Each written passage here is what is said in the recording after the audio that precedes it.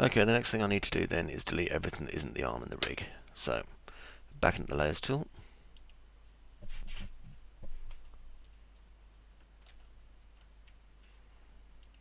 There we go. Sorry, sometimes the recording tool goes a bit weird, so I had to make sure it was still working. Okay, so I'm going to hide everything, and then I'm going to unhide my rig and my powerfist arm. Okay, now the rig's going to actually sit inside the arm, so I don't need this bit to make it work, so I'm just going to hide this selection.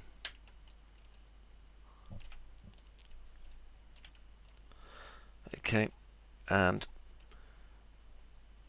basically my rig is going to run from here down to here. These parts here are going to be independent. So what I can do is just go animation, IK solvers, history independent solver, and just click here. And then if we look, yeah, we've got this going on. Yeah, which is what I wanted. So happy times. Now I'm just going to clear the hose away for a second.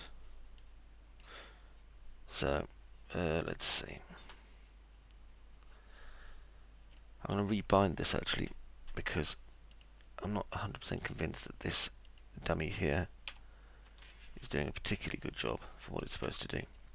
Okay, now what I need to do is set some limitations on movement. So first of all, let's look at this. Inverse kinematics, and we can do limited to and from.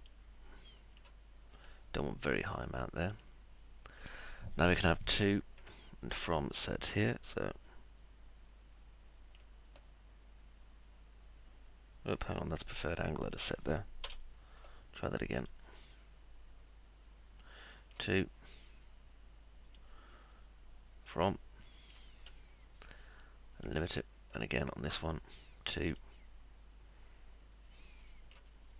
from, wrong way, and limit that. Okay, next this part here. So check which ones we want them to move on. We don't want it to move on that, so we'll make it unactive. Don't want it to move on this, so we'll make it unactive. We do want to make it move on this one though.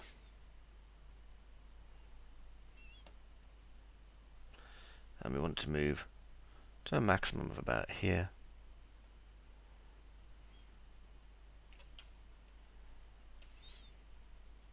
From around about here. Okay, that gives it a good range of movement really. Now this one,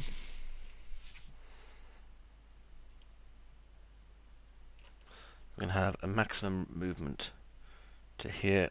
You can see the pistons basically locking into itself, and a minimum movement. Again, work it out the same way. There, you can see locking into itself.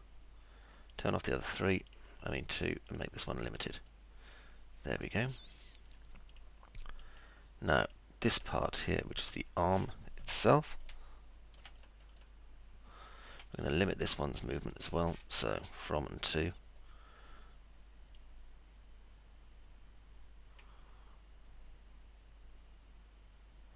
I think that's a good limit actually there already. Limit that one. Now limit this one. And this is the amount of rotation we're prepared to let it have.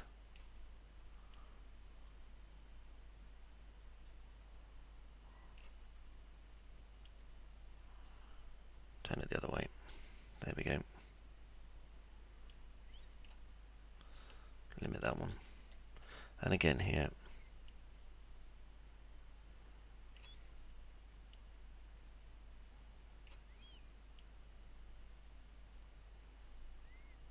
So from there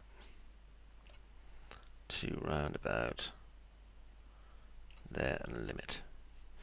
Okay, so as you can see, this gives us a lot more limitation on our movement for our arm.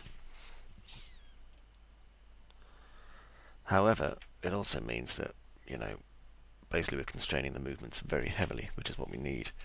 Okay, let's go and find where this all ends and where my chain is.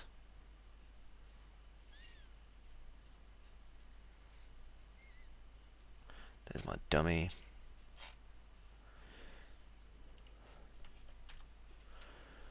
There it is.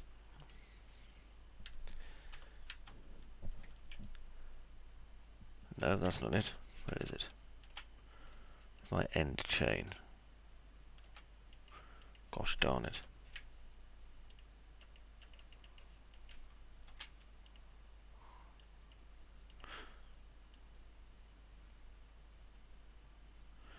At least we can see how it's working. Left viewport and zoom. Just trying to find out where my IK chain is. I've got this horrible feeling that it's sitting inside. Yep, here it is, the upper torso.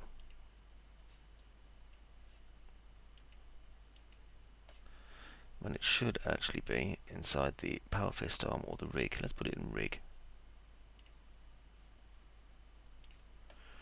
Right, there we go.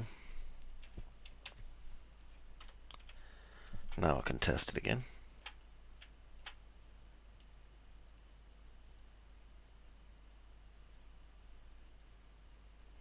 It's nice because it's moving properly now. All the parts are moving together the way they should. It's got lots of limitations on movement, which is what it's supposed to have.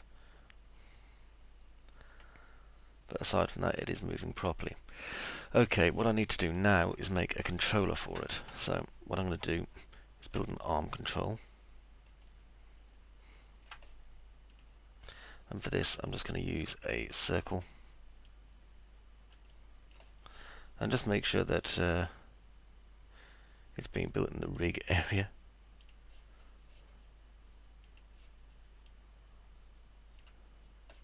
Okay, rendering, enabling viewport. And just increase the thickness a little bit. Just flip it over.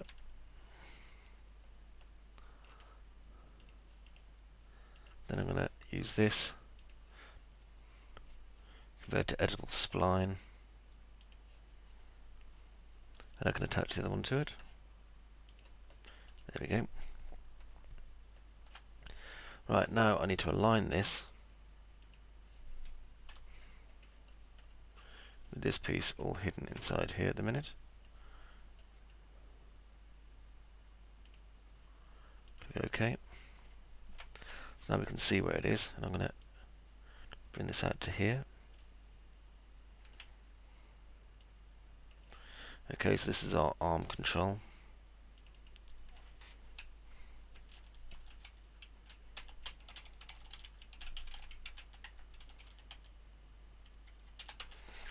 Okay, now what I can do is just grab my IK chain, if I'm very lucky, and I'm going to drag it to this. Okay, and now what that means is I can basically control my arm using this. Now if I want more control, I should move it closer to the wrist really. So let's move it in here where it was originally. There we go. And instead I'm just going to increase it in size like so.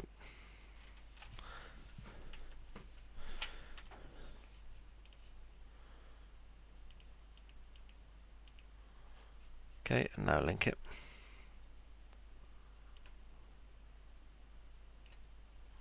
No, not like that silly thing. There we go.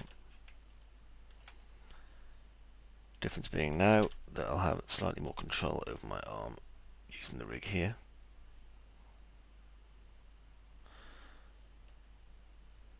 Okay. Can also do this. Bring it right out and right in. So that's good. Okay, and obviously the fingers have a good degree of control, and I can attach a slider to spin this should I want to. Okay, what's next? Just unhide all.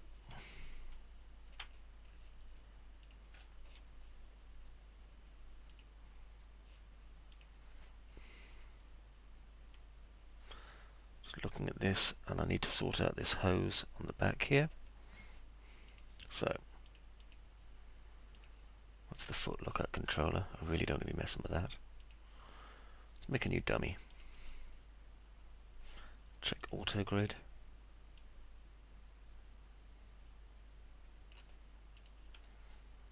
Okay.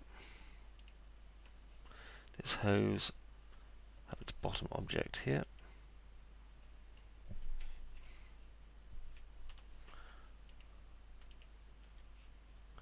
Now let's check the orientation of this piece.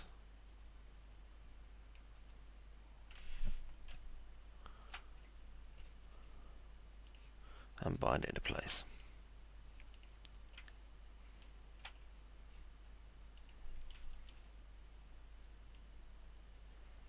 Still moving the wrong way.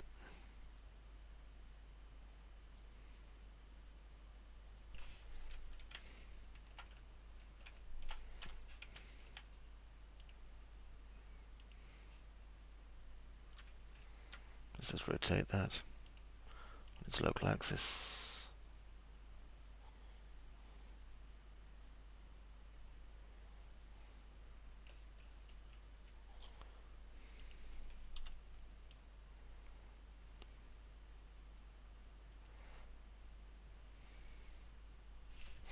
No, that hose is definitely going in the wrong direction.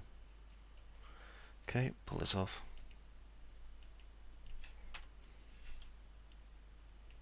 It's going to have to be a case of rebuilding this one again.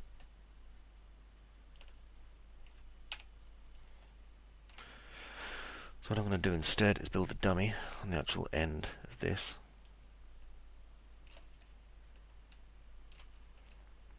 Okay. And my bottom object go here.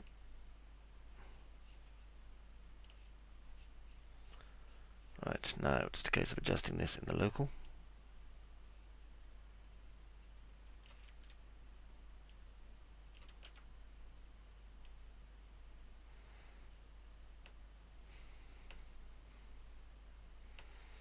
And 90 degrees this way.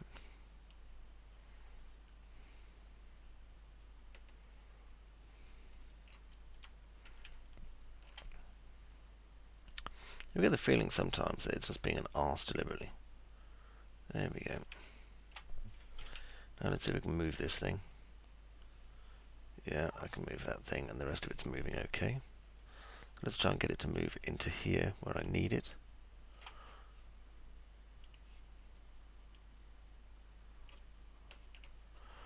Okay, now let's try it.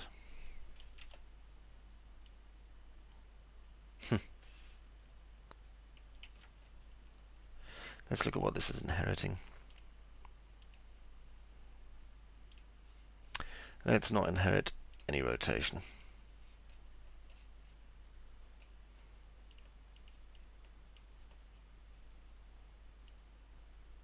There, that's better. If it doesn't inherit any rotation, then it's a lot better. Okay, let's just move the gun up into the rest position. And I'll just rotate this down so that this is in the relaxed position, like so. There we go.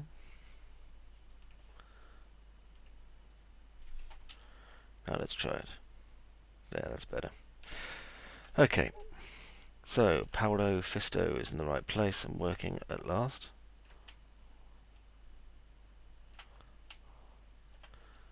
So let's unhide all the parts. There we go.